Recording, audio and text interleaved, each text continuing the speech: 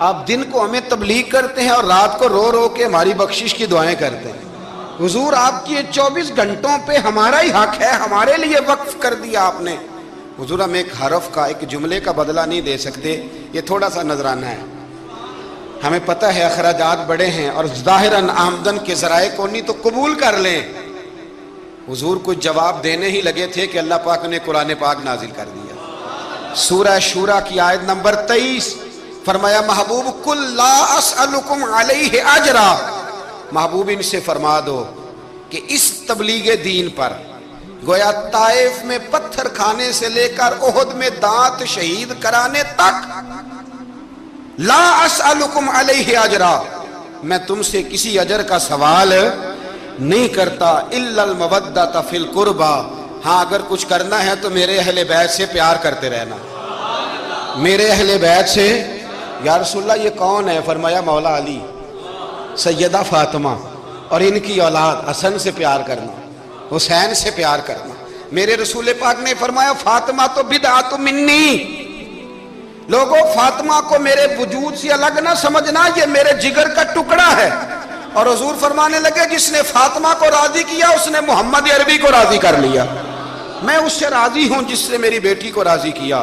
اور فرمایا جس نے اسے ناراض کیا، اللہ کرے یہ چھوٹی بات نہیں بڑی بات کر رہا ہوں، فرماتے ہیں جس نے اسے راضی کیا اس نے مصطفیٰ کو راضی کر لیا. اور فرمایا جس نے مجھے راضی کیا اس نے اللہ کو راضی کر لیا. اور حضور فرمانے لگے النظر الی وجہ علی عبادہ، علی کو تو دیکھتے رہو گے تو رب کی عبادت کا ثواب ملتا رہے گا. کچھ لوگ پریشان تھے کہ حضور سارے تو نہیں نہ دیکھ سکیں گے مولا علی کو. حضور نے اس کا بھی جواب دیا، فرمایا ذکر علی عبادہ، تو بس علی علی کہتا رہے تجھے رب کی عبادت کا ثواب ملتا رہے گا. علی کا ذکر بھی عبادت. اس خاندان کے ساتھ پیار کرنا. میرے اعلیٰ حضرت فاضل بریلوی رحمت اللہ علیہ سے کسی نے پوچھا سید کو زکوٰۃ دے لیں؟ اس کا سادہ سا جواب تھا نہیں لگتی، بات ختم ہو جاتی. پر اعلیٰ حضرت نے ایک پورا صفحہ لکھا ہے، بلکہ 1.5 صفحہ ہے، فتاوی رضویہ کی 8ویں جلد میں. حضور زکوٰۃ دے لیں تو اعلیٰ حضرت نے دلائل لکھے کہ سید کو زکوٰۃ نہیں لگتی. پھر آخر میں کہنے لگے جن کے نانا کا صدقہ کھاتے ہو انہیں زکوٰۃ دینی ہے. آپ فرمانے لگے تو نبی پاک کے مبارک بچوں پر اپنا مال خرچ کر، یہاں بھی اجر ملے گا وہاں بھی اجر ملے گا. اور پھر اعلیٰ حضرت نے حدیث لکھی ہے کنز المال کے حوالے سے. کمال کرتے ہیں جب آپ اس طرف آتے ہیں نا، خدمت سادات کا پورا باب بیان کیا. فرمانے لگے رسول کریم علیہ السلام نے فرمایا جس نے عبد المطلب کی اولاد کے ساتھ نیکی کی، بات ہی ختم کر دی. عبد المطلب کی اولاد میں حضرت عباس کا خاندان بھی شامل، عبد المطلب کی اولاد میں حضرت جعفر طیار کا خاندان بھی شامل، حضرت سیدنا میر حمزہ کے بچے بھی شامل. حضور فرمانے لگے جس نے عبد المطلب کی اولاد کے ساتھ نیکی کی، قیامت کے دن مجھ پر لازم ہے کہ جب وہ مجھ سے ملے گا تو میں اسے صلہ دوں گا. میں اسے، اعلیٰ حضرت یہ حدیث لکھ کے کہتے ہیں ہمیں صلے کی ضرورت ہی نہیں. یہ جو نبی پاک نے کہہ دیا نا جب وہ مجھ سے ملے گا، تو مصطفیٰ سے ملنا ہی سب سے بڑا صلہ ہے، یہی سب سے بڑا صلہ ہے. بیدم شاہ بارسی کہنے لگے عدم سے لائی ہے ہستی میں آرزو رسول، عدم سے لائی ہے ہستی میں آرزو رسول، یہ کہاں کہاں لیے پھرتی ہے جستجو رسول. ہمیں عدم سے لائی ہے ہستی میں آرزو رسول، اور کہاں کہاں لیے پھرتی ہے جستجو رسول. عجب تماشا ہو میدان حشر میں بیدم کہ سب ہوں پیش خدا اور میں روبرو رسول. سب ہوں پیش خدا اور میں روبرو رسول. میں حضور کے سامنے. تو محبوب فرمانے لگے جب وہ ملے گا نا تو اجر میں دوں گا. تو پتہ یہ چلا خدمت سادات، ان سے پیار کرنا، اہل بیت نبوت سے ان کی شان کو سمجھیں. مرتبے والے کا مرتبہ ہمیشہ سمجھنا چاہیے، ہمیشہ. جس کو اللہ نے مرتبہ دیا ہے اس کے مرتبے کو سمجھیں. ہم قائل نہیں ہیں وہ والی شہادت بیان کرنے کے جس میں کہتے ہیں ہائے حسین تو سکینہ تو زینب. ہمارے بزرگوں نے ہمیں یہ سبق، ہمارے بزرگوں نے ہمیں بتایا کہ امام حسین کی شہادت اس طرح بیان کرو کہ نوجوانوں میں جذبہ جہاد پیدا ہو، عورتیں صبر کا پہاڑ بن جائیں. اس طرح شہادت ہم وہ والی. لیکن ایک بات ضرور ذہن میں رکھیں, یہ جو لوگ کہتے ہیں نا بڑے مظلوم تھے پانی نہیں آ سکا, میرے سے حوالہ دیکھے جس نے دیکھنا ہے, میرے سے حوالہ دیکھے, میرے سے. حضرت امام حسین میدان کربلا میں تھے تو تھوڑی سی جگہ کھود کے نا امام حسین نے تو خندق کھودی. خندق کھودنا عرب کا رواج تھا, مدینے میں بھی خندق کھودی گئی, اس کا نام ہی جنگ خندق. تو خندق کھود کے نا آگ جلائی جاتی تھی, یہ حفاظت کا ایک ذریعہ تھا تاکہ دشمن نہ آئے. تو امام حسین نے اپنے خیمے کے سامنے خندق کھود کے اس میں آگ جلائی تاکہ پردہ رہے, عورتوں کے پاس کو دشمن نہ آئے. تو ایک شخص سامنے کھڑا ہو کے کہنے لگا, حسین تو نے دنیا میں ہی آگ جلا لی ہے. معاذ اللہ ثم معاذ اللہ, کہنے لگا آگے تو آگ ملے گی, یہاں جلا لی ہے. تو امام حسین کہنے لگے میں حکم دیتا ہوں آگ کو کہ تجھے ابھی پکڑ لے. لوگ کہتے ہیں مظلوم تھے, میں حکم دیتا ہوں آگ کو تجھے ابھی پکڑ لے. یہ لفظ امام حسین نے کہے. میں 3 کتابیں تو میری لائبریری میں ابھی ہیں جن میں حوالہ ہے, 3 کتب سے, اور آج کل پرسوں کی کتاب نہیں, سینکڑوں سال پرانی. جب کہا نا میں حکم دیتا ہوں تو وہ آدمی گھوڑے سے نیچے گرا, گھوڑے سے نیچے گرا, اور گھوڑے کی رکاب کے اندر اس کا پیر الجھا. گھوڑا ڈر کے اتنا دوڑا کہ جا کے اس آدمی کو آگ میں پھینک دیا. امام حسین کے سامنے جل کے مر گیا. یہ حسین ابن علی ہے, یہ ابھی حکم دیتے تو فرشتے ابھی آ جاتے, یہ ابھی بات کرتے تو ساری دنیا کی فوجیں ابھی اکٹھی ہو جاتی, یہ ابھی حکم دیتے تو ابھی آ جاتے.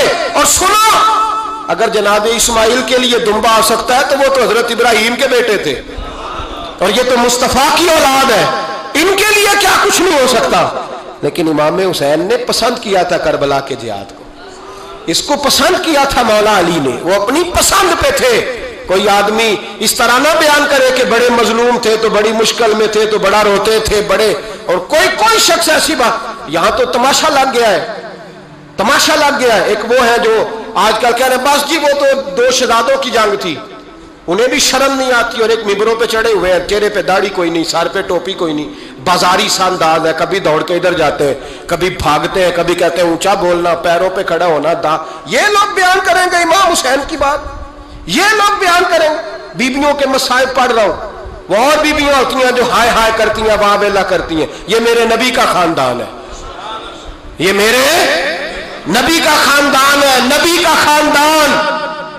اللہ تبارک و تعالی ہمیں اہل بیت نبوت کا پیار عطا فرمائے. آخر دعوانا